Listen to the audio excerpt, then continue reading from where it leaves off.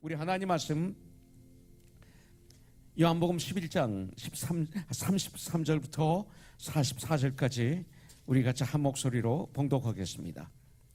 요한복음 11장 33절부터 44절입니다. 같이 봉독하죠. 예수께서 그가 우는 것과 또 함께 온 유대인들이 우는 것을 보시고 심령의 비통히 여기시고 불쌍히 여기사 이르시되 그를 어디 두었느냐? 이르되 주여 와서 보옵소서 하니 예수께서 눈물을 흘리시더라. 이에 유대인들이 말하되 보라 그를 얼마나 사랑하셨는가 하며 그중 어떤 이는 말하되 맹인이 내 눈을 뜨게 한 이 사람이 그 사람은 죽지 않게 할 수 없었더냐 하더라.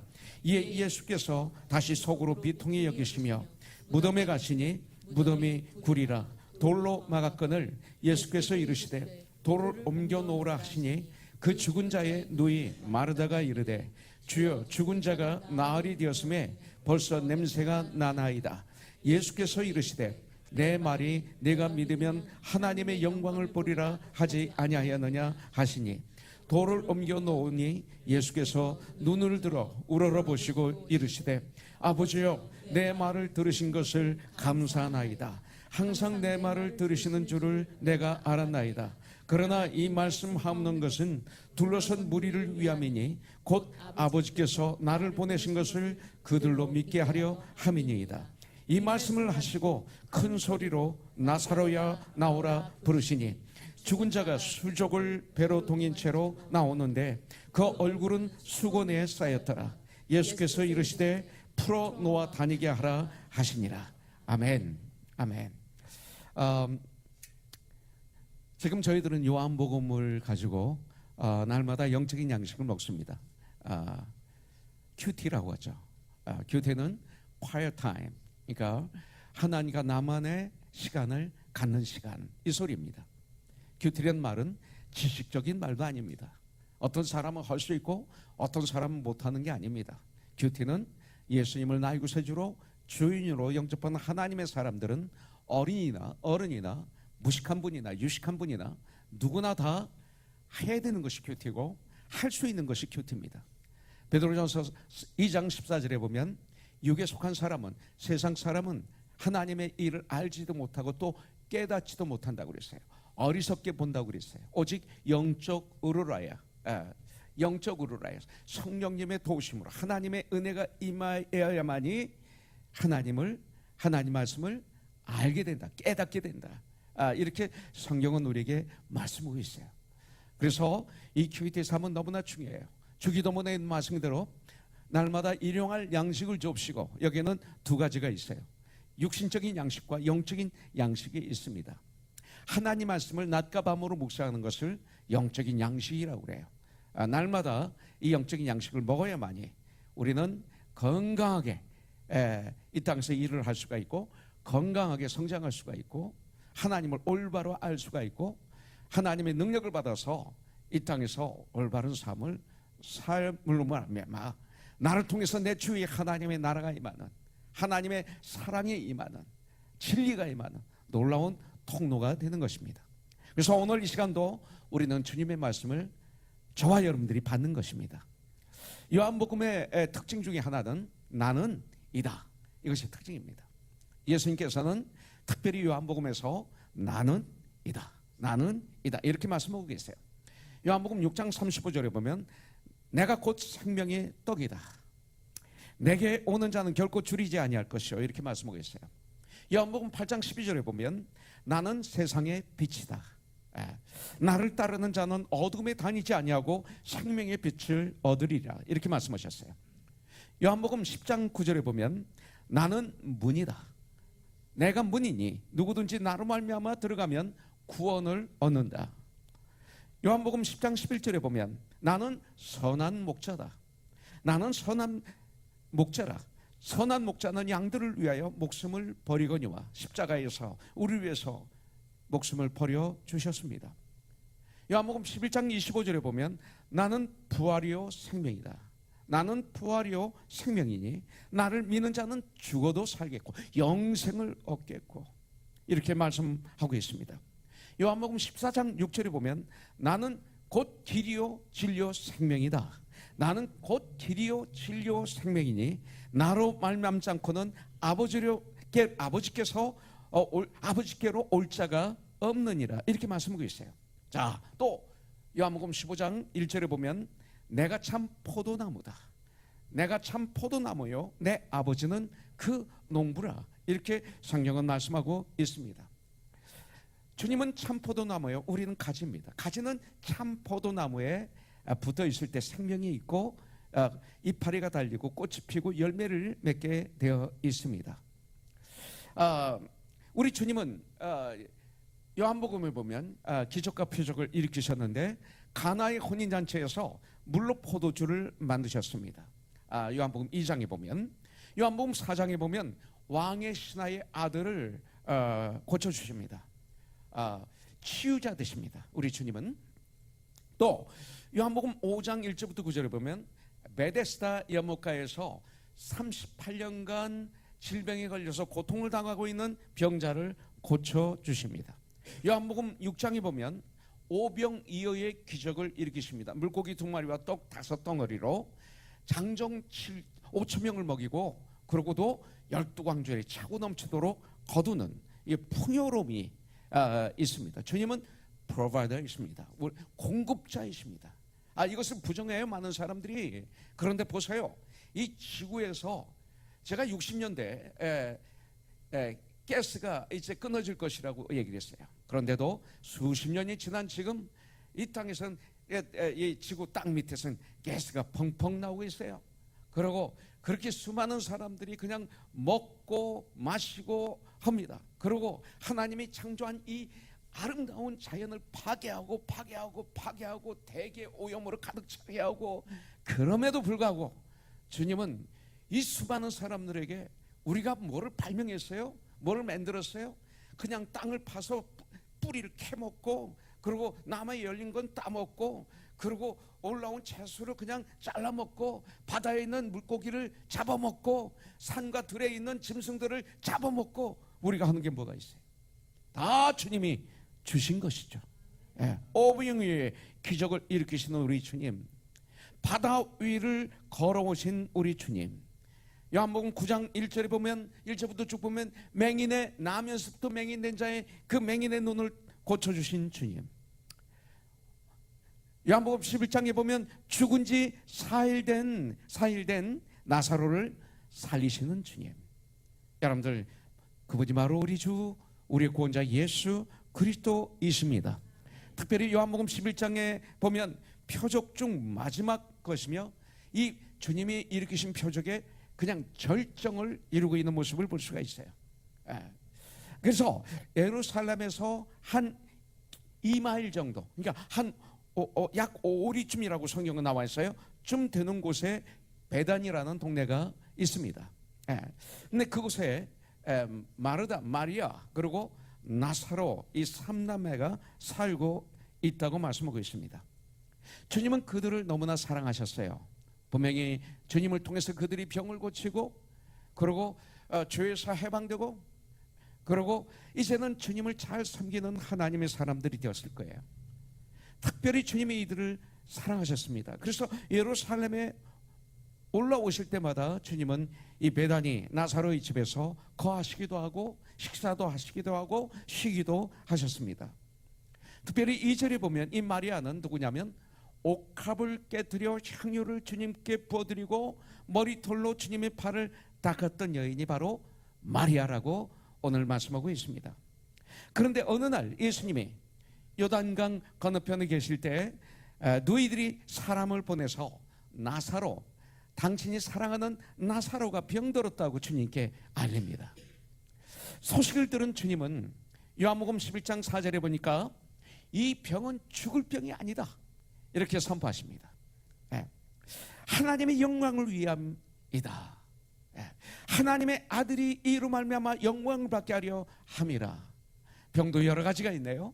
죄로 말미암아 온 병도 있고, 그리고 하나님의 영광을 위해서 온 병이 있고, 주님 일을 열심히 하는 가운데 과로해서 오는 병도 있고, 여러 가지 병들이 있는 것을 볼 수가 있습니다.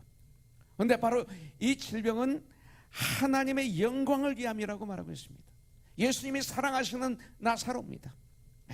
그리고 하나님의 아들이 예수 그리스도께서 이로 말미암아 영광을 받게 하려 함이라고 선포하십니다. 자, 우리 주님은 나사로가 병이 들었다는 소식을 들으신 후 그곳에 이틀을 더 계시다가 베단으로 가셨습니다. 우리가 생각할 땐 좀 이해가 안 되는 거죠. 그러면 즉시 가셔야 되는데 이틀을 더 계십니다. 그 이유가 무엇일까요? 한번 생각해 볼 필요가 있습니다. 나중에 보니까 죽어서 장사 지낸 지 4일이 지났어요. 가보니까 시체가 살이 썩고 냄새가 나는 죽은 나사로의 시체가, 바로 이렇게 죽은 나사로가 살아나야만 이게 부활이에요. 앞으로 있을 예수님의 부활을 믿을 수 있기 때문에 그렇습니다.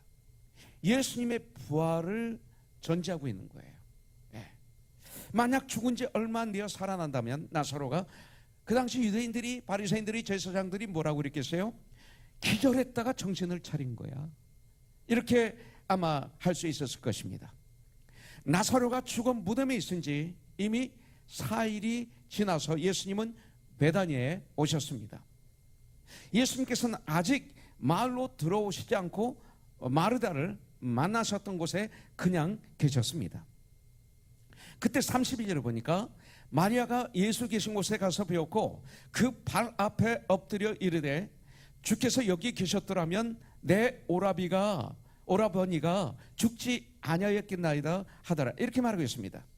그렇게 하면서 마르다가 우는 것과 유대인들이 우는 것을 주님이 보시고 주님은 마음의 심령에 비통히 여기시고 그들을, 이 말은 뭐냐면 그들을 불쌍히 여기셨다 이거예요. 그들을 불쌍히 여기셨다. 그리고 35절에 보니까 예수께서 눈물을 흘리시더라, 이렇게 말씀하고 있어요. 눈물을 흘리셨습니다. 그렇다면 예수님의 눈물은 어떤 눈물일까? 한번 생각해 볼 필요가 있어요. 예수님의 눈물은 어떤 눈물이셨을까? 분명히 앞뒤 문맥을 이렇게 보면 예수님은 우리 아픔에 그리고 우리의 슬픔에 함께 하시는 분이시구나, 이걸 알게 됩니다. 나에게는 함께 하는 분이 있다 이거예요. 함께 하는 분이. 예수님은 바로 우리 아픔에 슬픔에 함께 하시는 유일한 분이십니다. 사람들은 위로가 안 될 때가 많습니다. 바로 이 주님이 우리 사랑하는 은정 집사와 수를 위로해 주시고 품어 주시길 주님의 이름으로 축복합니다. 생각해 보시기 바라겠습니다. 예수님은 23절에서 마르다에게 뭐라고 말씀하셨어요? 내 오라비가 다시 살리라, 이렇게 말씀하셨습니다. 그런데 이 마르다는 또 거기 있는 모든 사람들은 이것을 믿지 못했습니다. 이처럼 믿지 않는 사람을 꾸짖기보다는 믿지 못하지만 죽은 나사로 때문에 슬퍼하는 사람들의 마음에 함께 하시는 우리 주님, God with us. 내가 세상 끝날까지 너와 함께 있으리라. 나와 함께 하시는 하나님, 나의 마음에 함께 하시며 같이 눈물을 흘려주시는 나의 하나님, 이렇게밖에 해석할 수가 없습니다. 여러분들, 슬픔을 당하고 어려움을 당하는 사람에게 가장 필요한 것은 그와 함께하는 것입니다. 이것입니다. 그와 함께하는 것이 위로입니다. 위로하러 갔다가 도리어 시험만 주고 오는 경우들이 너무나 많은 거 우리가 알죠. 여러분들, 도와주러 갔다가 오히려 도움은커녕 말로 어려움만 주고 오는 경우가 얼마나 많이 있습니까? 특히 병원에 신방했을 때 그들을 위로해주고 격려해주고 힘을 주고 기도해주고 와야 되는데 오히려 혼내고 회개만 하라고 그러고, 맞는 얘기인 것 같지만 아픔만 실컷 주고 상처만 주고 오는 경우가 얼마나 많아요. 아직 믿음이 연약한데 믿음이 꼭 자기보다 더 나은 사람처럼 생각하고 막 함부로 말을 쏟고 오는 이런 신방들이 과거에 얼마나 많이 있었는지 몰라요. 여러분들, 그리고 감정이 격해 있는 상태에서는 어떤 말도 통하지 않습니다. 그걸 아셔야 돼요, 저와 여러분들이. 그때는 우리 주님이 가르쳐 주신 방법이 있죠. 어떻게 해요? 구부려서 땅에 글씨를 써야 되는 거예요. 그때는 구부리고 땅에 글씨를 쓰세요. 죽지 말하지 마세요. 내 생각을, 내 감정을, 내 방법을, 나의 도덕을 죽시 입을 벌려서 말하지 마세요. 죄입니다. 위로가 되지 않습니다. 구부려서 땅에 글씨를 쓰십시오. 여러분들, 이제 예수님께서는 나사로의 무덤 앞으로 가셨습니다. 예수님은 나사로의 무덤 앞에 가셨어요. 그 무덤이 죽은 무덤 아닙니까? 소망이 없지 않습니까? 그런데 주님은 바로 그곳에 가셨어요. 여러분들, 우리들이 내 삶의 현장에서 도망가면 안 됩니다. 비록 내가 눈으로 볼 때, 내 감정으로 볼 때, 내 경험으로 볼 때 소망이 없고 우리는 도저히 이 문제는 해결이 안 돼, 그렇다고 해서 도망가지 마십시오. 성도로서 담당하게 앞에 서야 됩니다. 그것이 하나님 뜻이라면 우리는 그 무덤 앞에 서야 됩니다. 그 무덤은 돌로 입구가 닫혀 있었습니다. 인간의 눈으로 보면 불가능합니다. 나사렛 무덤 주위에는 마르다와 마리아뿐만 아니라 근방에서 찾아온 호기심으로 온 유대인들, 그리고 나사렛의 친구들도 있었겠죠. 많은 사람들이 있었습니다. 그곳에서 예수님께서는 믿음이 무엇인지 분명하게 보여주셨습니다. 이것이 믿음이다. 여러분들, 예수님은 돌을 옮겨 놓으라 명령하셨습니다. 유대인들은 굴을 파놓고 그 굴 속에 사람의 시신을 안치했습니다. 그리고 큰 돌로 입구를 막아 놓았습니다. 그런데 여러분들, 이 마르다는 이 주님의 명령에 어떻게 반응했습니까? 자, 39절을 한번 보시기 바라겠습니다. 39절 우리 같이 한번 읽도록 하겠습니다. 같이 읽죠. 예수께서 이르시되 돌을 옮겨 놓으라 하시니 그 죽은 자의 누이 마르다가 이르되 주여, 죽은 지가 나흘이 되었음에 벌써 냄새가 나나이다. 오빠가 죽은 지 4일이 지나서 이제 시체에서 썩은 냄새가 납니다. 돌문을 열어봐야 소용없습니다. 이것이 바로 인간의 눈입니다. 이 땅에 사는 모든 사람들의 눈이 바로 이것입니다. 주님이 행하시려는 것을 전혀 이해하지 못하고 있습니다. 그것이 인간입니다. 갓 태어난 아기가 엄마 아빠를 알아요? 모릅니다. 그러나 엄마 아빠를 무의식 중에 자기 엄마 아빠인 줄 알고 그 젖을 물고 엄마 품에서 살 때 평안한 거죠. 그렇다고 해서 그 아이가 엄마 아빠의 마음을 압니까? 계획을 압니까? 그 사랑을 제대로 압니까? 아무것도 모릅니다. 그것이 우리 인간입니다. 조금 전 요한복음 11장 22절 23절에 마르다가 고백하기를, 그러나 나는 이제라도 주께서 무엇이든지 하나님께 구하시는 것을 하나님이 주실 줄을 아나이다. 이 믿음이죠. 예수께서 이르시되 내 오라비가 다시 살아나리라. 여러분들, 마르다는 이렇게 믿음을 고백했고 주님은 내 오라비가 다시 살아나리라 말씀해 주셨습니다. 마르다는 예수님의 뜻을 정확하게 알지 못하므로, 여러분들, 아주 중요한 것이 있어요. 그 고백을 자신의 삶에 적용시키지 못하고 있는 것이, 자기 믿음의 고백을 내 삶에 적용을 시키지 못하고 있는 거예요.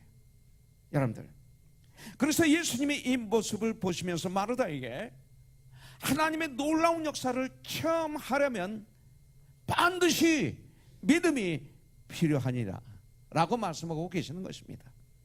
그래서 요한복음 11장 40절에 보면 예수께서 이르시되 내 말을 내가 믿으면 하나님의 영광을 보리라 하지 아니하였느냐. 주님은 다시 말씀하시고 다시 말씀하시고 다시 말씀하시고 해주십니다. 꼭 로마서 10장이 생각납니다. 믿음은 들으면서 나며 들음은 예수 그리스도의 말씀으로 말미암는다고. 여러분들, 믿음은 하나님의 축복을, 믿음은 하나님의 우리가 올려드린 기도의 응답을 받는 그릇이 바로 믿음입니다. 아무리 하늘에서 비가 쏟아져 내린다 하더라도 비를 담을 수 있는 그릇이 없으면 빗물은 담을 수 없는 것입니다.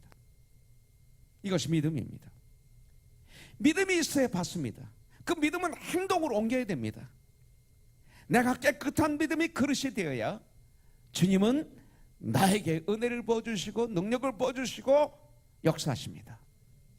더럽고 깨어진 그릇, 잘못된 생각, 건강하지 못한 생각, 정말 썩어진 인간의 방법, 물질에 눈이 멀어서 정말 무엇을 먹을까, 무엇을 마실까, 무엇을 입을까 여기에 미쳐가지고 그 벌건 눈으로 헤맬 때 어떻게 주님이 들어주십니까? 안 되는 거예요.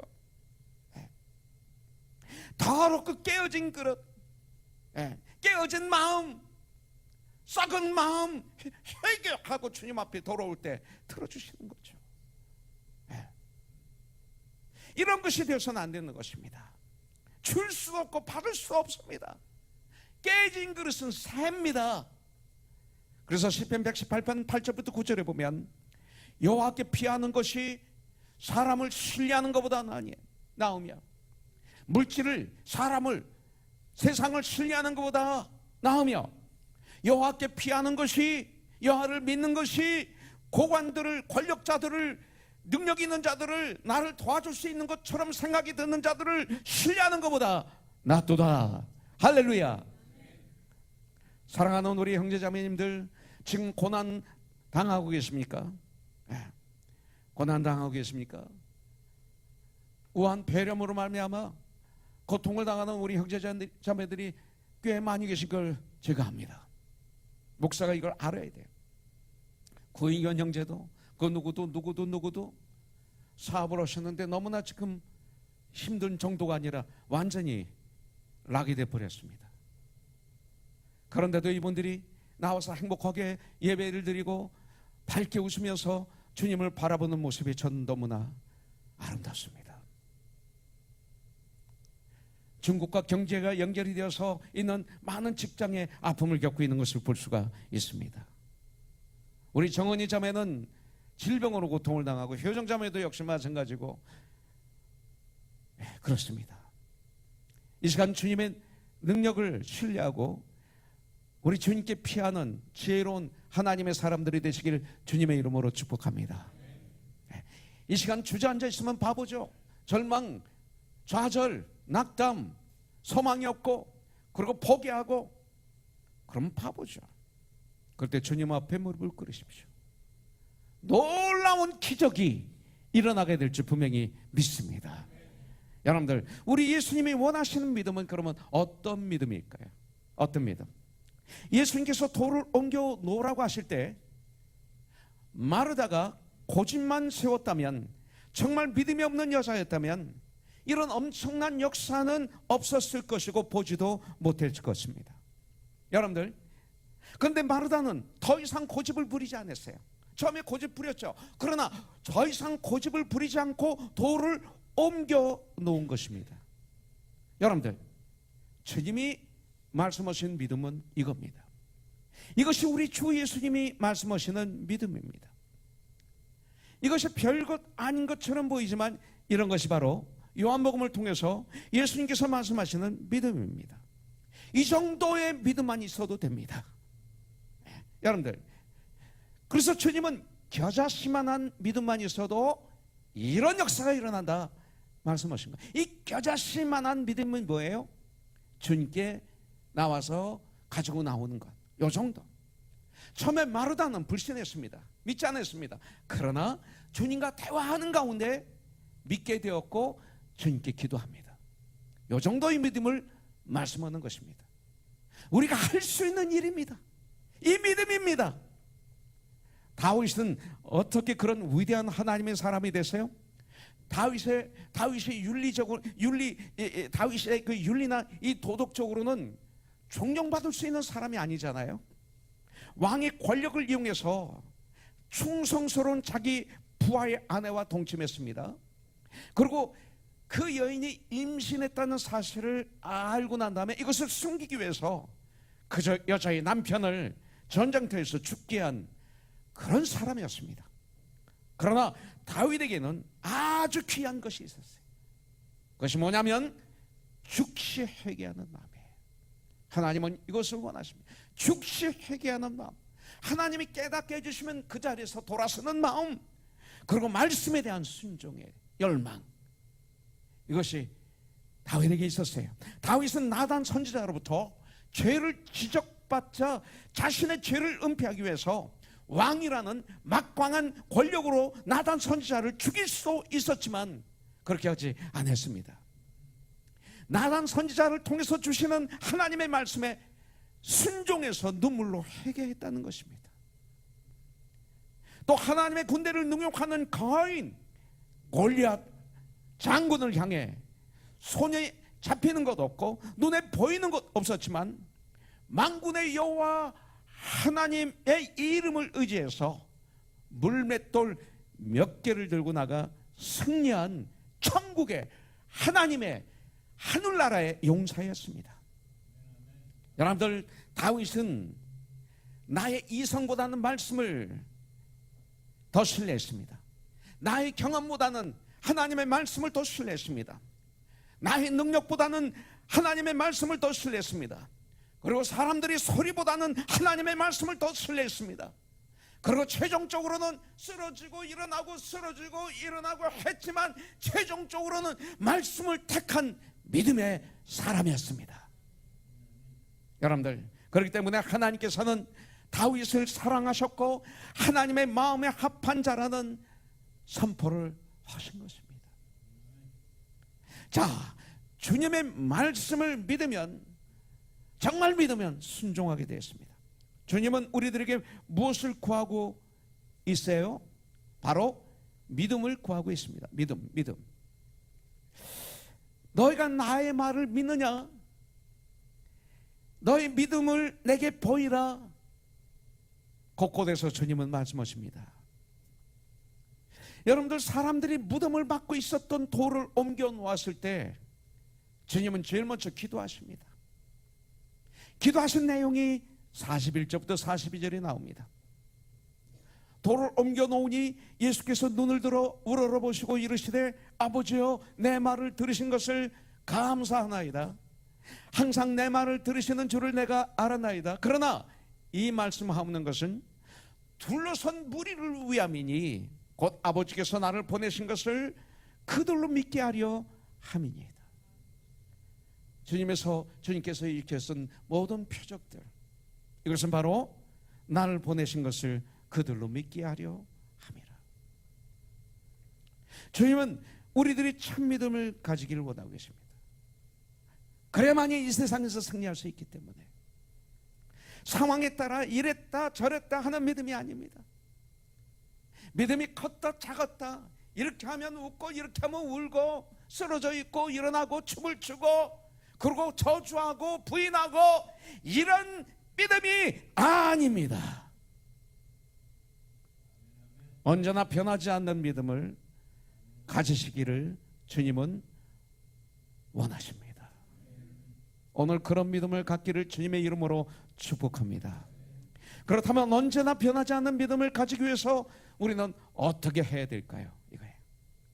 주님께서 말씀하실 때 그 말씀대로 순종하는 것입니다. 순종하는 전쟁을 하십시오. 주님의 말씀을 따라 행동하는 것입니다. 이것을 진짜 믿음이라고 합니다. 여러분들이 다 아시다시피 지난 한 해 동안 저는 특별 치료를 받았습니다. 수치가 좀 올라가서 세디어 병원에서 저를 치료하시는 의사 선생님께서 6명을 특별히 선택하여 새로운 약을 테스트하는 프로그램이 있었는데 6명 중에 1명으로 저를 택해 주신 겁니다. 나를 뽑아 주신 거예요. 나는 당연한 줄 알았는데 그 당시는, 나중에 보니까 이분이 많은 고민을 하고 연구를 하고 회의를 했던 것 같아요. 그 6명을 뽑는데 제가 뽑힌 거예요. 제가 제 삶을 되돌아보니까 제가 참 모자라는 것도 있고 연약한 부분도 있고 그렇습니다. 그래서 저런 말은 항상, 왜 저런 오빠는 말씀 전하는 거 외에는 그렇게 바보야 하는 경우가 많아요. 네. 제 아들들이, 제 아내가 웃을 때가 많아요. 하도 실수를 많이 해서. 네. 그리고 제가 TV를 볼 때 가만히 아주 거룩한 표정으로 아주 멋있는 표정으로 보는 게 아니라 제가 좀 입을 벌리는 모양이에요. 그리고 무슨 일이 있으면 고개를 끄덕거리는 모양이에요. 제발 철아빠 머리 좀 끄덕이지 마 그러는 거예요. 근데 속으로 그래요. 그래도 옆으로 흔드는 것보다는 끄덕하는 게 낫지 않을까. 그래요. 그런 연약한 저예요. 사실 실수도 많고 교회에서도 그냥 우리 우리 이종웅 나종웅 형제를 이종웅 형제라고 그러고, 왜 제 동생이 이종웅이거든요. 갑자기 나종웅이 아니라 이종웅 형제 뭐 이러기도 하고, 우리 태규 형제를 또 태연이라고도 불렀다가 동생 이름을, 하여튼 이런 정말 연약한 전데 한 가지 제가 잘하는 게 있어요. 뭐냐면 한번 결정하면 하라는 대로 순종을 잘하는 습관이 있어요. 의사가 하라는 대로 1년 동안 약과 주사와 그리고 음식과 운동 등을 최선을 다해서 순종했더니 아주 좋은 결과를 얻게 되었어요. 몇 년 전부터 하나님은 샘 간사님을 통해서 저를 트레이닝 시켜줘요. 운동을 해주셨어요. 이것도 마찬가지예요. 샘 간사가 그래요. 이렇게 시키는 대로 하는 분 처음 봤대요. 저보고요. 너무 행복해해요. 저를 보고. 어떤 분은 이렇게 하면 자기 마음대로 한대요. 너무 마음이 아프대요. 내가 하라는 대로 해야 되는데 운동이. 이렇게 얘기하는 거예요. 그 운동도 그렇게 열심히 생 간사님이 명령하는 대로 힘들었지만 최선을 다해서 순종했더니 이렇게 하나님께서는 회복되도록 주님은 역사해 주셨어요. 저는 처음에는 모든 환자가 의사 선생님에게 순종하는 줄 알았어요.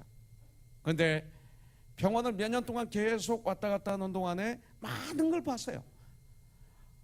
아무 죄도 없는 도와주는 의사에게, 간호사에게 막 화내는 환자도 봤고, 약을 집어던지는 환자도 봤고, 또 얘기를 들었어요. 자기 마음대로 약을 먹었다 말다 하는 환자도 봤고, 아프면 자기 마음대로 와서 입원하고 있다가 또 자기 마음대로 퇴원하는 분도 있다고 들었어요. 여러분들, 순종이 이렇게 중요해요. 제가 여기 서 있는 거예요. 말씀에 순종하는 삶, 이것이 바로 참된 회복입니다. 그 회복이 있을 때 우리는 죽기까지 섬길 수가 있는 것입니다. 진정 주님을 닮아 섬기는 삶을 사는 내가 되기 위해서 가져야 할 것은 순종하는 삶을 통한 참된 회복입니다. 순종이 제사보다 낫다가 이 말이에요. 제사가 아니다가 아니라 제사는 너무나 중요하다. 그러나 순종은 그거보다 더 중요하다. 이렇게 말씀하고 있는 거예요. 주님은 순종 자체셨습니다. 주님이 이 땅에 사시는 동안 구약의 말씀을 다 이루셨습니다. 이 얘기는 하나님 말씀에 100% 순종하는 삶을 사셨다, 이 소리입니다. 끝까지 순종하신 예수님, 십자가에서 죽기까지 승리하신 예수님, 이것이 바로 승리입니다. 그럴 때 진정한 증인이 되는 것입니다. 이제 다른 면으로 한번 하나 더 생각해 보기를 원합니다. 하나님은 우리를 사랑하셔서 사실 주님이 보실 때 저와 여러분들은 아무 쓸모없는 우리들입니다. 우리가 얼마나 연약해요. 이 우한 폐렴이 생겼는데 꼼짝 못하잖아요. 과학이, 의학이, 물질 문명이 이거를 컨트롤을 못해요. 컨트롤을 당하고 있어요. 너무나 힘들어요. 인간이 얼마나 연약한 것이 보이잖아요. 그게 우리들이에요. 하나님이 보실 때는 우리들은 더구나 아무 쓸모없는 나와 여러분들일 거예요. 그런데 나의 주님은 그런 나와 여러분들과 함께 일하시기를 원하신다, 이거예요. 일하시기를 원하신다. 그래서 주님이 말씀하십니다. 돌을 옮겨 놓으라, 이거예요. 돌을 옮겨 놓으라. 우리 주님 부활하실 때 그냥 돌문이 다 열려 있었습니다. 그냥 열려졌습니다. 그리고 부활하셨습니다. 그때는 사람의 같이 일할 필요가 없고 하면 안 되는 시간이기 때문에. 그런데 주님께서 말씀하십니다. 돌문을 옮겨 놓으라 말씀하십니다. 이것이 무엇을 의미합니까? 주님은 진심으로 믿는 하나님의 사람들을 주님의 영광에 참여시키기를 원하고 계시는 거예요. 여러분들, 우리 주님이 혼자 일하실 수 있습니다. 아니, 혼자 하시면 너무나 편하십니다. 그럼에도 불구하고 우리 주님께서는 우리가 일할 수 있는 기회의 축복을 주신 것입니다. 금요일 날도 토요일 날도 우리는 김치를 담았어요. 카카오에 들어가 보니까 많은 분들이 우리 성도들이 앞으로 몇 개월 동안 맛있는 김치를 드실 생각하니까 마음이 너무나 행복합니다. 이런 글들을 많이 썼어요. 안지자매도 쓰고 많이들 썼어요. 전명희 집사님이야. 또 임경희 자매는 이렇게 썼어요. 내가 그 자리에 있었던 것이 얼마나 큰 축복인 줄 알았습니다. 감사합니다. 이런 글을 썼어요. 동참시킨 것입니다. 이건 일이 아닙니다. 내가 해주는 거 아닙니다. 우리는 가끔 이런 얘기를 합니다. 저 교회가 개척했는데 제가 가서 좀 도와주고 오겠습니다. 이게 얼마나 무서운 얘기인지 우리는 알아야 됩니다. 어떻게 주님의 일을 도와줍니까? 주님이 우리를 사랑하셔서 은혜로 이 영광스러운 일에 동참을 시키신 것이지 어떻게 내가 주님을 도와드립니까? 무서운 얘기죠. 주님께서는 우리에게 일할 수 있는 기회의 축복을 주셨어요. 이것이 바로 주님의 일이요 축복이고 영광입니다. 거기에 있던 어떤 사람, 무덤을 막고 있었던 돌을 옮겼습니다. 문을 열었습니다. 축복입니다. 쓰임받는 축복을 누렸습니다. 이것은 영광이었습니다. 주님과 함께하는 그 일. 나는 오이귤 형제를 기억합니다. 한 2년 동안 2주에 한 번씩 저는 오이귤 형제와 점심을 먹었습니다. 그 집에서 런치 스페셜을 한 번은 유길 형제가 사고 한 번은 제가 사고, 얼마나 그 시간을 이 형제가 기다리는지. 어린아이가 몇 년 동안 떨어져 있던 아빠가 왔을 때 그 앞에서 깡충깡충 뛰는 어린아이처럼 그 시간을 좋아했어요. 우린 그때 참 많은 이야기를 나눴습니다. 그런 사람들에게 보니까 자랑했어요. 이 목사와 같이 점심을 먹었다고. 어린애처럼 나 같은 모자라는 인간과 점심을 먹어도 그렇게 좋아하는데, 주님이 동참시켜서 주님이 이 일을 함께 하셨다는 것은 영광이고 은혜이고 축복인 줄 분명히 믿습니다. 주님은 먼저 하나님을 향해 감사 찬양을 올려드렸습니다. 그 다음에 무덤을 향해 큰 소리로 이제는 첫 번째 문을 옮겨 놓아라 하셨어요. 동참했습니다. 자, 이제 큰 소리로 명령하십니다. 나사로야 나오너라. 여기서 보니까 큰 소리로. 저는 이 장면에 엉뚱한 생각을 했습니다. 웃지 마세요. 그리고 가끔 이런 생각을 저는 합니다. 성경을 읽다가 여기서 만일 나사로야 라는 말을 안 하시고 나와라 하면 큰일 날 뻔했구나. 죽은 시신들이 다 일어나서 나올 뻔했구나. 그런데 주님께서 나사로야 나오너라. 나사로야. 주님은 나사로를 아시는 겁니다. 나사로를 사랑하시는 것입니다. 여러분들, 바로 그렇습니다. 나사로를 아시는 것처럼, 나사로를 사랑하시는 것처럼 우리 주님은 나와 여러분들을 정확하게 알고 계시고 사랑하시는 줄 분명히 믿습니다. 때때로 우리는 큰 소리로 외쳐야 됩니다. 무시로 기도하고 속으로 기도하고 작게 기도하지만 큰 소리로 외쳐야 됩니다. 예수님은 나사로의 무덤 앞에서 소리를 높여 큰 소리로 외쳤습니다. 나사로야 나오너라. 나사로야 나오너라. 그래서 죽은 나사로가 살아나 걸어 나왔습니다. 우린 때때로 너무나 앞이 꽉 막혔을 때, 정말 인간의 눈으로 볼 땐 절망밖에 안 보일 때, 때때로 우리는 하나님 앞에 소리를 높여 기도할 수가 있습니다. 그래서 이 부르짖는 기도가 중요한 거예요.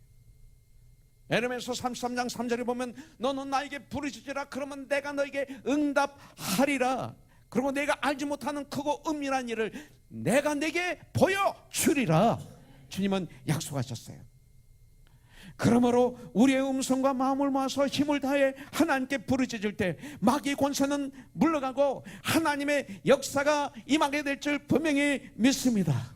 죽음으로 묶여있던 나사로가 예수님의 그 외침을 듣고 살아난 것처럼 우리들의 영적인 삶이 다시 살아나는, 이 시간 다시 살아나는 역사가 있기를 간절히 축복합니다. 그렇게 큰 소리로 명령하시니 여러분들 배로 꽁꽁 묶인 시신 그 모습 그대로 무덤 속에서 걸어 나옵니다. 얼굴은 수건으로 가려져 있습니다. 그런 상태로 걸어 나오는 것입니다. 나사로야 나오너라, 이 말씀. 나사로야 죽음의 무덤 속에서 더 이상 머물지 말고 다시 새 생명을 얻어 이제 나오라, 이 말씀이에요. Born again. 이 시간 우리도 나사로처럼 새 생명을 얻고 사망의 그 굴 속에서, 절망의 굴 속에서, 어둠 속에서, 삶에서, 어두운 삶에서, 캄캄한 삶에서, 절망의 삶에서, 지옥의 삶에서 걸어 나오시기를 주님의 이름으로 축복합니다. 이게 믿는 사람들이에요. 더 이상 저주와 슬픔, 어두움, 불안, 염려에 쌓인 무덤에 주저앉아 있지 말고 주님의 이 시간 말씀하십니다. 이 시간 말씀하십니다. 은정아 나오너라, 수야 나오너라, 명희야 나오너라, 관시가 나오너라 말씀하실 때 걸어 나와야 됩니다. 또한 주님은 명령하십니다. 풀어놓아 다니게 하라, 이거예요. 주님께서 또 우리에게 할 일을 맡기십니다. 풀어놓아 다니게 하라. 하나님을 향해 죽어있던 인생, 하나님과 우리 주님과 그 사람 사이에서 막힌 돌문을 우리가 열심히 옮겨 놓으면 주님께서 그 영혼을 불러내 주십니다. 예수를 안 믿을 것 같은 그 친구들을 위해서 내가 오늘 아침 8시 반에 중보기도 모임을 갖고 우리 크리스베 집사님과 대화를 했습니다. 이번에 할머님이 전국 가시는데 고모들 중에 2분이 아직 예수를 믿지 않고, 그 중에 한 자기 사촌 동생은 왜 하버드도 나오고 정말 세상적으로 똑똑한데, 그리고 할머님과 가장 오래 시간을 가졌던 그런 동생인데 하나님을, 예수님을 부정한다고 하면서 아파하는 모습을 봤습니다. 그래서 저는 그랬습니다. 찾으라 그러면 찾을 것이요, 두드리라 그러면 구하라 그러면 주실 것이요, 두드리라 그러면 열릴 것이라. 이 말씀을 인용해서 기도는 응답될 때까지 하는 게 기도야. 네가 원하는 시간까지 하는 게 아니야. 응답 받을 때까지 끊임없이 하는 게 기도야. 기도는 역사가 있어. 여러분들 그겁니다. 예수를 안 믿을 것 같은 친구들 위해서, 그들을 못 믿게 하는 장애물들을 열심히 우리는 제거해 놓으면서 기도하면 주님께서 그 영혼을 살려주실 줄 믿습니다. 그리고 이제까지 살았던 방법, 이제까지 살았던 삶의 습관, 그리고 아직도 이런 것들이 노예가 되어 많은 사람들, 예습관을 버리지 못해 신앙생활을 제대로 못하고 있는 사람들, 그것을 먼저 믿는 우리 믿음의 형제들이 풀어줘야 하는 것입니다. 가서 풀어줘야 됩니다. 기도만 하고 있으면 안 됩니다. 기도하고 풀어줘야 됩니다. 삶의 현장에서 풀어줘야 되는 것입니다. 가랬던 수건을 떼내줘야 됩니다. 그래서 볼 수 있게 해야 됩니다. 우리 예수님을, 예수님의 마음을, 우리 하나님의 뜻을, 주님의 방법을 볼 수 있게 해야 됩니다. 그래야 그가 세상에 나가 힘차게 신앙생활을 할 수 있고 우리 주님의 믿음의 장성분량을 향해서 성장할 수가 있게 되는 것입니다. 그래서 주님께서 명령하셨습니다. 풀어놓아 다니게 하라. 이 말씀에 순종하는 사람들이 가서 풀어 주었습니다. 사랑하는 우리 형제자매님들, 예수님은 부활이요 생명이십니다. 전능자이십니다. 우리와 다릅니다. 하나님이십니다. 이 천지 만물을 창조하셨습니다. 죽음의 문제를 해결해 주셨습니다. 영생을 허락해 주셨습니다. 우리는 하나님의 형상으로 창조함을 받았지 않습니까?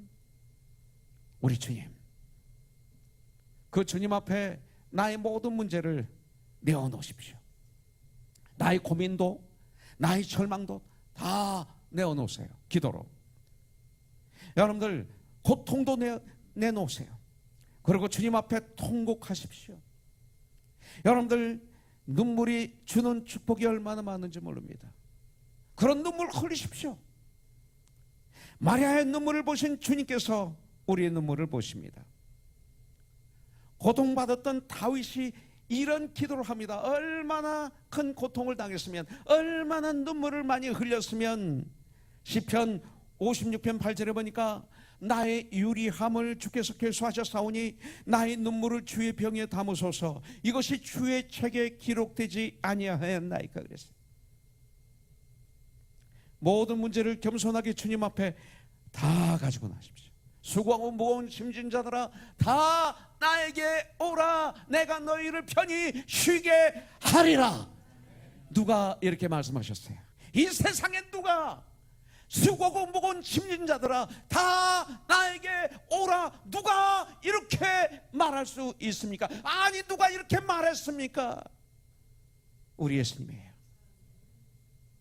모든 문제의 해결자이신 예수님 앞에 나의 모든 문제를 맡기십시오. 그분은 나의 삶 가운데 은혜로 함께 하시는 분이신 줄 분명히 믿습니다. 내가 눈물의 골짜기를 지날 때 주님이 함께 하시며 우시면서 같이 걸어가 주십니다. 이것이 주님의 눈물이에요. 그리고 주님 안에 내 두 눈에서 눈물을 씻어주시는, 씻어주실 수 있는, 눈물이 변해서 기쁨으로 바꾸게 해주시는 유일한 분이십니다. 오늘 이 시간 부활이요 생명이신 주님께서 사망의 음침한 골짜기에 허우적거리는 나를 향해서 주님은 일어나라 외치시는 소리에 벌떡 일어나십시오.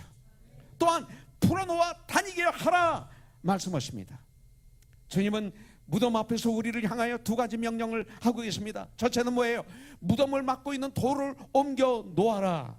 두 번째는, 다른 하나는 무덤 밖으로 걸어 나오는 나사로의 몸을 묶고 있는 그 배를, 얼굴을 가리고 있는 수건을 풀어 주어라. 이거예요. 오늘도 우리 주님은 저와 여러분들에게 말씀하십니다. 불신의 돌문을 옮겨 놓아라. 믿음을 가져라. 이거예요. 그 다음에 무덤에서 나오너라. 여러분들, 나사로야 나오너라. 이 대신에 여러분들이 지금 당면하고 있는 어려움이 있습니까? 그 어려움의 노예가 되어서 쓰러지고 있습니까? 혹시 좌절 절망 속에 있습니까?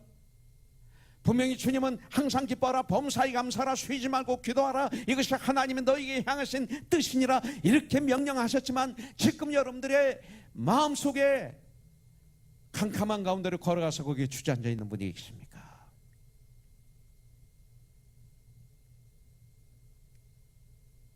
여러분들,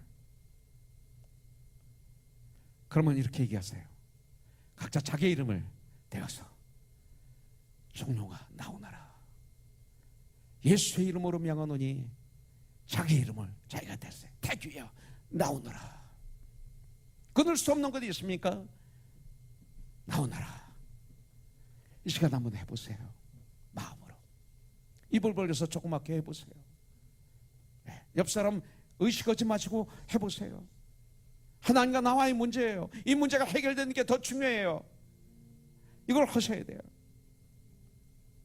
불신앙의 도를, 불성실의 도를, 절망의 도를 옮겨놔야 돼. 이제 도를 굴리고 주님의 음성을 듣고 구원받아 저주에서 구원받은 우리들, 이제 도를 굴리는 사역 하셔야 돼요. 그리고 그를 완전히 눈을 가리고 있던 수건, 온몸을 제어하고 있던 그것들을 다 풀어주는 사역을 감당해야 돼요.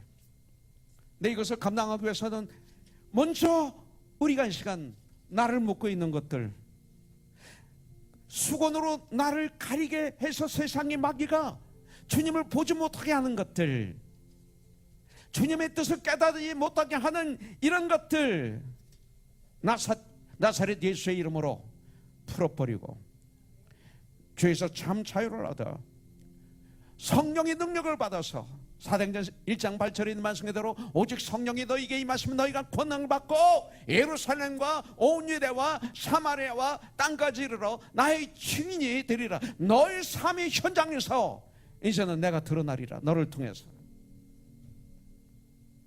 이런 삶을 실천해야 됩니다. 그래서 참된 회복을 이루어 진정 내가 있는 곳에 하나님의 나라가 임하는, 빛과 소의 직분을 감당하는, 예수님의 대사의 사역을 감당하는, 예수님의 편지가 되는, 예수님의 향기가 되는 나의 언어, 나의 삶, 2020년이 되길 주님의 이름으로 축복합니다. 사도행전 11장 24절을 이루는 복된 2020년이 우리가 되어야 돼요. 한번 따라해 주세요. 바나바는 착한 사람이요 성령과 믿음이 충만한 사람이라. 이에 큰 무리가 주께 더하여 지더라. 우리 한번 처음부터 끝까지 암송하죠. 시작.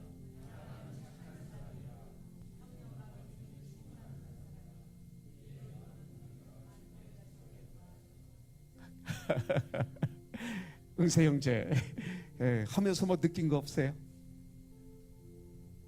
없어요? 조금 틀리는 거 알죠? 예.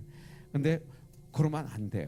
주님의 말씀에 순종할 때 그대로 순종해야지, 이렇게 가다 조금만 틀리고 조금 틀리면 엄청난 차이가 나는 거예요. 그래서 이거 습관이 그래요. 이렇게 읽기 시작하면 나의 삶도 그래요. 그래서 약속을 해도 11시 24분에 만납시다 하면 25분에 만나고 이렇게 되는 거예요. 조금씩 틀리는 거예요, 인생이. 다시 한번, 자, 암송 못하는 분은 보십시오. 영어로 한국말로 한번 토시도 틀리지 말고 암송하는 훈련을 하셔야 돼요. 근데 그것이 개혁판이면 개혁판대로, 개정판으로 면 개정판은 개정판대로 하시면 됩니다. 자, 시작. 아니, 다시 착한 사람이라가 아니라 착한 사람이요. 다시 시작.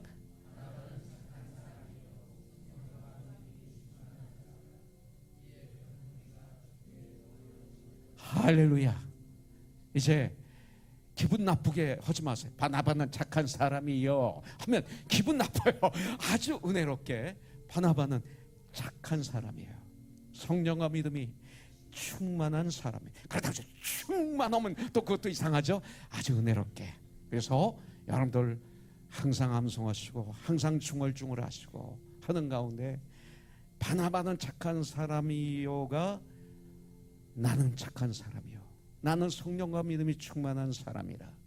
이로 말미암아 나를 통해서 큰 무리가 주님께 더하여 지더라가 되는 2020년이 되길 주님의 이름으로 축복합니다. 같이 기도하겠습니다. 하나님 아버지 감사합니다. 저희들에게 말씀을, 생명의 말씀, 살아있는 말씀, 우리를 변화시키는 말씀과 기도를 주셔서 너무나 감사합니다. 오늘도 주님의 말씀을 받았습니다. 이 말씀을 통해서 역사해 주셔서 시편 1편에 있는 축복이 이 한 주간 우리의 삶 속에서 역사하는 축복이 있게 하여 주시옵소서. 예수님의 이름으로 감사히 기도드립니다. 아멘. 이 세상을 살아가는 동안에 나의 힘을 의지할 수 없으니 기도하고 낙심하지 말 것은 우리 주님이 나의 참 소망이 되십니다. 이 세상을 살아가는 동안에 나의 힘을 의지할 수 없으나 기도하거나 낙심하지 말 것을 주께서 참 소망이 되심이라. 주의 길을 걸어가는 동안에 주의 길을 걸어가는 동안에 세상의 것 의지할 수 없으니 세상의 것 의지할 수 없으니 감사하거나 낙심하지 말 것을 주께서 참 기쁨이 되심이라. 하나님의 꿈이 나의 비전이 되고 나의 비전이 예수님의 상품이 나의 예수님의 인격이 되고 나의 인격이 되고 성령님의 권능이 나의 능력이 되길 원하고 바라고 기도. 하나님의 꿈이 하나님의 꿈이 나의 나의 비전이 되고 예수님의 성품이 나의 인격이 되고 성령님의 권능이 나의 능력이 되길 원하고 바라고 기도합니다. 원하고 바라고 기도합니다. 같이 믿죠. 한 번 더 오죠. 원하고 바라고 기도합니다. 하나님 아버지 감사합니다.